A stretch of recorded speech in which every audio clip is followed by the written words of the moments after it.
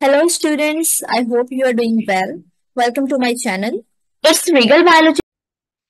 The topic that we are going to cover today is basic concept of ecosystem, and you can say it's the chapter number 25 of second year, in which we will cover about the basic definitions that are mostly asked in your paper. So starting with ecosystem, we will cover about the definition of ecology, ecosystem, population, community, biome, biosphere, habitat, and niche. Starting with ecology first of all what is ecology बच्चे combination है ये word ecology two Greek words का eco का मतलब यानी oikos से निकला है ओइकोस का मतलब क्या है फैमिली हाउस होल्ड मीन्स घरेलू चीजें जो होती हैं सामान ऐसा जो घर की जरूरियात का हो या घरेलू अशिया आप कह लें ठीक हो गया and log mean study of तो हम इसमें कहेंगे कि वो स्टडी जो हम फैमिली हाउस होल्ड की करते हैं उसे हम इकोलॉजी कहते हैं बच्चा फैमिली में बात करें आपको पता है आप जब घर में होते हैं तो घर में आपके साथ आपके फैमिली मेंबर्स रह रहे होते हैं तो यानी कि लिविंग ऑर्गेनिजम्स होते हैं और साथ में कुछ नॉन लिविंग चीजें होती हैं आपके घर के जो बाकी सारी इन्वायरमेंट होता है तो एक्चुअली इकोलॉजी में हम स्टडी करते हैं किस चीज को स्टडी करते हैं हम रिलेशनशिप्स या इंटरेक्शंस को स्टडी करते हैं एनिमल के उसके इन्वायरमेंट के साथ ठीक है अब घर में जिस तरह बाकी सारे भी लिविंग ऑर्गेनिजम्स होंगे तो एनिमल्स होंगे और इन्वायरमेंट यानी कि इर्द गिर्द का सराउंडिंग जो होगा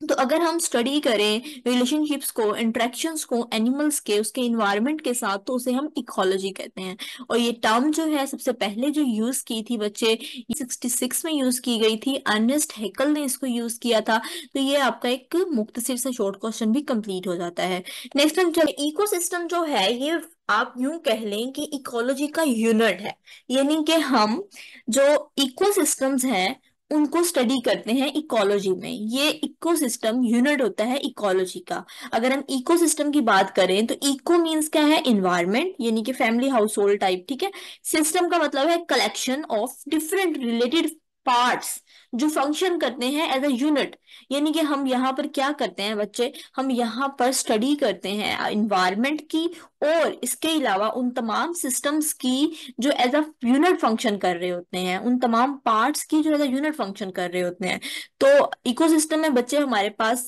दो चीजें आती हैं एक लिविंग कंपोनेंट और एक है हमारे पास फिजिकल कंपोनेंट लिविंग में मतलब लाइफ यानी बायोटिक कंपोनेंट अब बायोटिक कंपोनेंट में सपोज करें यहाँ पे एनिमल भी रह रहे हैं ह्यूमंस भी रह रहे हैं प्लांट्स हैं तो ये सारे लिविंग कंपोनेंट्स हो जाएंगे फिजिकल में बच्चे ये जो इन्वायरमेंट है CO2 का लेवल है सॉइल है एयर है ये सारे जो है फिजिकल आ जाते हैं तो ये हमारे पास इकोसिस्टम है शॉर्ट क्वेश्चन में बच्चे आप दो तीन पॉइंट्स जो है वो लास्ट मेंशन की लाजमी किया करें तो आपका शॉर्ट क्वेश्चन जो है वो कंप्लीट हो जाता है स्टार्ट जो है इस चैप्टर का बच्चे वो मेजर शॉर्ट क्वेश्चंस ही हैं ठीक हो गया नेक्स्ट है बच्चे हमारा short question that is population and community में क्या डिफरेंस है और पॉपुलेशन का मतलब क्या होता है and what is community so starting with population बच्चे पॉपुलेशन का मतलब है कि जो एक ही तरह के ऑर्गेनिज्म या एक ही तरह की स्पीशी जो है वो किसी एक एरिया में रह रही होगी तो हम कहेंगे कि ये उसकी पॉपुलेशन है जिस तरह ह्यूमंस पॉपुलेशन हम कह देते हैं कि इतनी है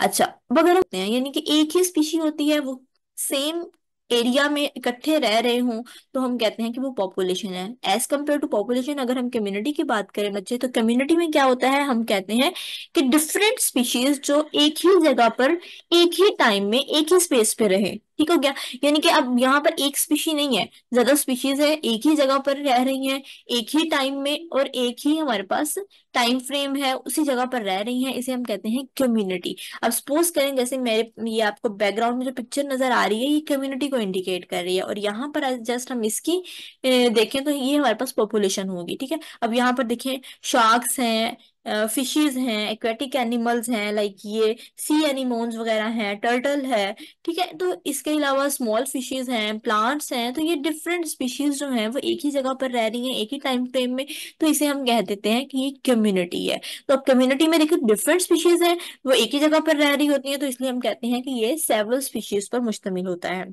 नेक्स्ट पॉपुलेशन बच्चे जो होता है ये स्मॉल ग्रुप होता है इकोसिस्टम में अगर हम कम्युनिटी की बात करें तो वो लार्जर ग्रुप या कॉम्प्लेक्स यूनिट होता है इकोसिस्टम का अब यहाँ पर एक ही स्पीशी के ऑर्गेनिजम्स होते हैं तो वो आपस में इंटरब्रीड कर रहे होते हैं, नेक्स्ट अपनी पॉपुलेशन को लाने के लिए, नेक्स्ट अपनी जनरेशन को लाने के लिए वो इंटरब्रीड करते हैं, सेक्सुअल कांटेक्ट होता है उनका, फ्रीली इंटरब्रीडिंग होती है पॉपुलेशन में। जबकि कम्युनिटी में बच्चे डिफरेंट स्पीशीज रह रही होती हैं तो इंटरब्रीड फ्रीली नहीं होता, वो सेम स्पीशीज आपस में इंटरब्रीड करती हैं बट डिफरेंट स्पीशीज आपस में इंटरब्रीड नहीं करती, सो इंटरब्रीडिंग इज नॉट जो है ना फ्रीली, और यहाँ पर एब्सेंट होती है वो। ये आपका एक शॉर्ट क्वेश्चन तैयार हो जाता है यहाँ पे पॉपुलेशन कम्युनिटी का। नेक्स्ट चलते हैं बच्चे हम बायोम पे। बायोम का क्या मतलब?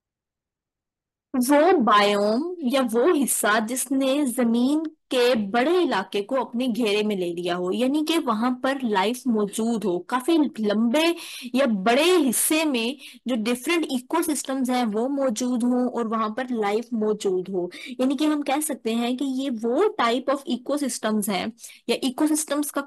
आप कह लें कॉम्प्लेक्स होता है, मजमुआ होता है, जहां पर जियोग्राफिकल रीजन ज्यादा हो और लाइफ एग्जिस्ट करे। तो यहाँ पर आप डेफिनेशन इसकी ऐसे ही कर सकते हैं कि वो बायोम जिसमें प्लांट्स भी हो, एनिमल्स भी हो, माइक्रोब्स भी हो, और डिफरेंट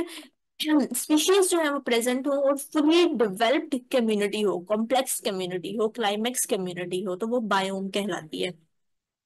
अगर हम बायोम को देखें तो बच्चे जो बायोम है वो इतने बड़े बड़े भी होते हैं कि पूरे पूरे कॉन्टिनेंट्स में फैले हुए टंड्रा एंड ग्रासलैंड बायोम्स हैं। तो अगर बच्चे मैं टंड्रा इकोसिस्टम की बात करूं तो वो कोहे कराक्रम से हिंदू कुश तक फैला हुआ है। और डेजर्ट इकोसिस्टम आपको पता है पाकिस्तान में ही अगर हम बात करें तो ये हमारे पास मियावाली से लेके भक्कड़ और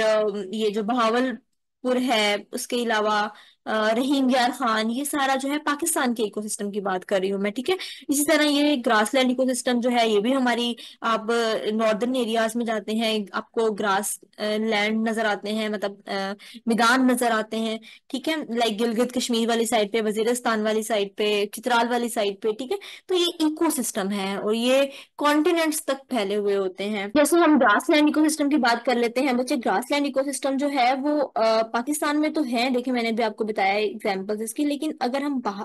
देखें बाकी कॉन्टिनेंट्स में तो यूरोपियन कॉन्टिनेंट में भी ये फैला हुआ है, और हमारे पास नॉर्थ अमेरिका और इस साइड पर भी ये मौजूद है। तो ये मतलब जो काफी लंबे जियोग्राफिकल रीजन में फैले हुए होते हैं और वहां पर लाइफ एग्जिस्ट करती है, ये डिफरेंट इकोसिस्टम्स का कॉम्प्लेक्स हो सकता है, इसे हम बायोम कहते हैं। तो ये आपका शॉर्ट क्वेश्चन है, बायोम पेपर में अक्सर। प्लेनेटरी इकोसिस्टम बच्चे, ये जो हमारी अर्थ है, अर्थ के अगर हम इकोसिस्टम्स को देखें, तमाम इकोसिस्टम जो इस अर्थ में प्रेजेंट है, ठीक है, अगर हम इन सबको कॉम्प्लेक्स करें या हम इन्हें सबको कंबाइन करें तो जो इकोसिस्टम बनता है उसे हम कहते हैं प्लेनेट का इकोसिस्टम, प्लेनेटरी इकोसिस्टम। तो ये भी आपका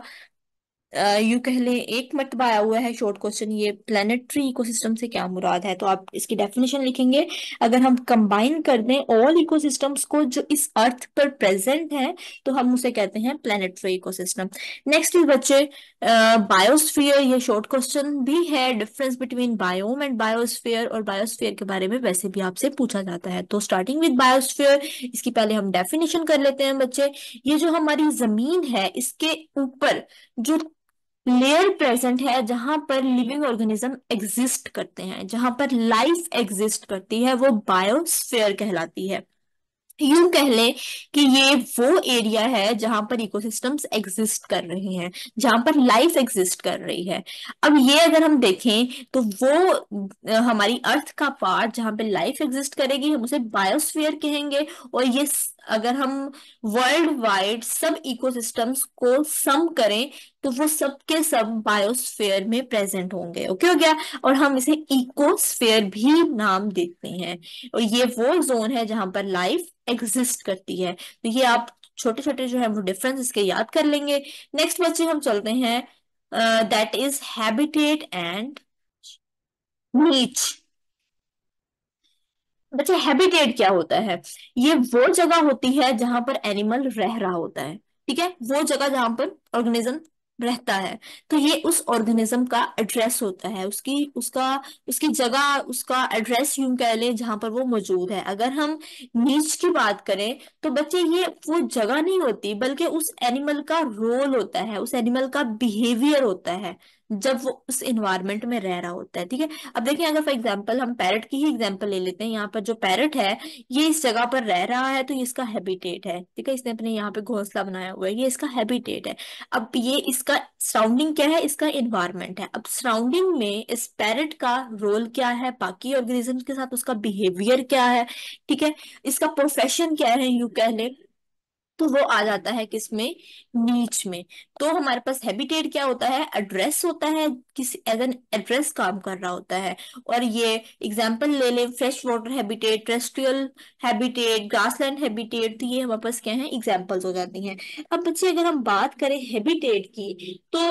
अब जो बायोस्फीयर है जहां पर लाइफ एग्जिस्ट करती है, वहां पर कहीं ना कहीं जो है किसी ऑर्गेनिज्म का हैबिटेट होगा, यानी कि वो जगह जो रहने के काबिल हो किसी भी ऑर्गेनिज्म के, वो हैबिटेट कहलाएगी। अब जाहिर सी बात है, जब इन्वायरमेंट में कोई भी लिविंग ऑर्गेनिज्म रहता है तो वो पहले देखता है कि वो मैं यहाँ रहने के काबिल हूं या नहीं, केमिकल और फिजिकल कंडीशंस को चेक करता है और फिर वो वहां पे रहता है। और जो ऑर्गेनिज्म होता है बच्चे, वो बहुत ही कॉम्प्लेक्स चीज है। ठीक है, मतलब बहुत कॉम्प्लेक्स लिविंग थिंग है, और वो इन्वायरमेंटल फैक्टर्स से इफेक्ट होता है। अगर इन्वायरमेंटल फैक्टर्स उसके हिसाब के होंगे तभी वो अपना हैबिटेट वहां पे बनाएगा। सपोज करें उसकी एक टॉलरेंस रेंज है कि वो इतनी रेंज तक जो है वो सर्दी या गर्मी बर्दाश्त कर सकता है, तो वो देखेगा कि यहाँ पर इस इकोसिस्टम में क्या मैं रह सकता हूँ। अगर वो रह सकता होगा तो वहां पे अपना हैबिटेट बनाएगा। ठीक है, तो ये हैबिटेट जो है ना, ये बहुत ही कॉम्प्लेक्स टर्म है, और एनिमल्स जो है ये उस एनिमल का एड्रेस होता है। जैसे हम कहते हैं कि जो बर्फानी रीछ है वो कहाँ पर प्रेजेंट है, वो टंड्रा इकोसिस्टम में प्रेजेंट है, तो ये वहां पर रह सकते हैं, ट्रस्टियल इन्वायरमेंट में नहीं रह रहे। ठीक हो गया, तो ये उसकी उसका हैबिटेट है, उसका एड्रेस है, उसका उसका रहने का अंदाज है, उसका फिजिकल और केमिकल फैक्टर्स हैं जो उसे उस हैबिटेट में रहने के काबिल बनाते हैं। नेक्स्ट हम चलते हैं बच्चे नीच पे। अब नीच जैसा कि मैंने बताया, ये उस ऑर्गेनिज्म का बिहेवियर होता है, रोल होता है, यानी कि आप ये कह सकते हैं ये कि उस स्पीशी का ये ऑक्यूपेशन होता है या प्रोफेशन होता है, उसका किरदार होता है। उसको ये बताता है कि ये जो हमारे पास एनिमल है ये यहाँ पर रह सकता है, रह कर हमारे पास क्या काम कर रहा है, उसका किरदार क्या है, यहाँ पर बाकी ऑर्गेनिजम्स के साथ फूड के लिए वो कैसे इंटरेक्ट कर रहा है, प्रीडेटर एंड प्रे रिलेशनशिप उसका उस एनवायरनमेंट में कैसा है। इन सब की स्टडी जो है वो किस में हम करते हैं बच्चे, नीच में करते हैं। अगर हम बात करें 1917 में सबसे पहले इस टर्म को यूज किया था जोसेफ ग्रैनल ने। और बच्चे ये अमेरिकन जो ऑर्निथोलॉजिस्ट था, यानी कि स्टडी इसने की थी बर्ड्स की, या बर्ड्स की स्टडी किया करता था, तो इसने कुछ बर्ड्स को देखा था बच्चे, जो कि हमारे पास आप यूं कह लें प्लांट के डिफरेंट एरियाज को या प्लांट के डिफरेंट प्रोडक्ट्स को, कुछ जो है वो लीव्स कुछ जो है वो लीव्स जो हैं उनको खाते थे, कुछ फ्रूट खाते थे। ठीक है, तो उसने फिर उन एनिमल्स का रोल देखा, उनका बिहेवियर चेक किया, और फिर उसने कहा कि हम इसको उस एनिमल की नीच कह सकते हैं। ठीक हो गया। अगर हम बच्चे प्रोफेशन या जॉब की बात करें तो ये बहुत इंपॉर्टेंट होता है किसी भी ऑर्गेनिज्म के लिए। अब इकोसिस्टम जो है उसमें आपको पता है, हम जो एनिमल होता है उसका डिफरेंट लाइफस्टाइल आ जाता है, वो कैसे फीड कर रहा है, उसका डिफरेंट ऑर्गेनिजम्स के साथ इंटरेक्शन कैसा है। ठीक है, उसका लिविंग कंपोनेंट्स के साथ इंटरेक्शन के साथ साथ नॉन लिविंग के साथ इंटरेक्शन कैसा है। वहां पर वाटर जो है वो देखता है कि हमारे पास क्या कर रहा है वो, मतलब वाटर अवेल करने के लिए, फूड अवेल करने के लिए, प्रीडेटर प्री रिलेशनशिप कैसा है उसका। और अगर हम बात करें बच्चे, कोई भी ऑर्गेनिज्म जो है वो एनर्जी और मटेरियल, यानी कि फूड के लिए, फॉर एग्जाम्पल अगर हम बात कर लेते हैं प्रीडेटर प्रे रिलेशनशिप या बिहेवियर एनिमल का, यही बताता है उसका नीच क्या है। यानी कि अगर हम नीच की डेफिनेशन करें तो बच्चे ये रोल होता है स्पीशी का, जो कि वो कम्युनिटी में प्ले कर रहा होता है, अपने बिहेवियर को शो करके, अपना इन्फ्लुएंस शो करके। ठीक हो गया। तो बच्चे अगर हम देखें मजीद इसको, तो ये जो नीच होता है ना, ये स्पीशी स्पेसिफिक होता है, हर स्पीशी का अपना होता है। ठीक है, जैसे अगर मैंने आपको यहाँ पे एग्जांपल दी थी पैरट की, तो यहाँ पर इतनी सारी स्पीशीज आपको नजर आ रही हैं, तो हर स्पीशी का जो नीच होगा ना वो स्पेसिफिक होगा। तो नीच जो होता है वो स्पीशी स्पेसिफिक होता है। अगर हम हैबिटेट की बात करें तो वो स्पीशी स्पेसिफिक नहीं होता। आपको खुद पता है कि एक ही हैबिटेट में बहुत ज्यादा स्पीशीज भी रह रही होती हैं। तो नीच यानी कि उसका बिहेवियर, उसका प्रोफेशन, उसका रहने का अंदाज, उसका प्रीडेटर प्रे रिलेशनशिप, ठीक है। और उसकी हमारे पास फिजिकल बिहेवियर, उसकी हर चीज, उसका एनर्जी और मटेरियल ऑब्टेन करने का स्टाइल, ये हर स्पीशी का डिफरेंट होता है। तो इसलिए हम कहते हैं कि जो नीच है वो स्पीशी स्पेसिफिक होता है। नीच में बच्चे वो तमाम फैक्टर्स आ जाते हैं जो हमारे पास सर्वाइवल के लिए जरूरी होते हैं उस स्पीशी के। अब चाहे वो खुराक लेने का अंदाज हो, चाहे वो वहां का टेम्परेचर हो, वहां का वाटर का लेवल हो, वहां का सॉइल का लेवल हो, ठीक है, ये सब चीजें भी नीच में आ जाती हैं। तो यहाँ तक था हमारा आज का लेसन। बाकी जो डेफिनेशन जो है वो हमने कवर कर ली हैं। नेक्स्ट हम चलेंगे, कल हम डिस्कस करेंगे इससे नेक्स्ट वाले पॉइंट्स। तब तक के लिए अल्लाह हाफिज।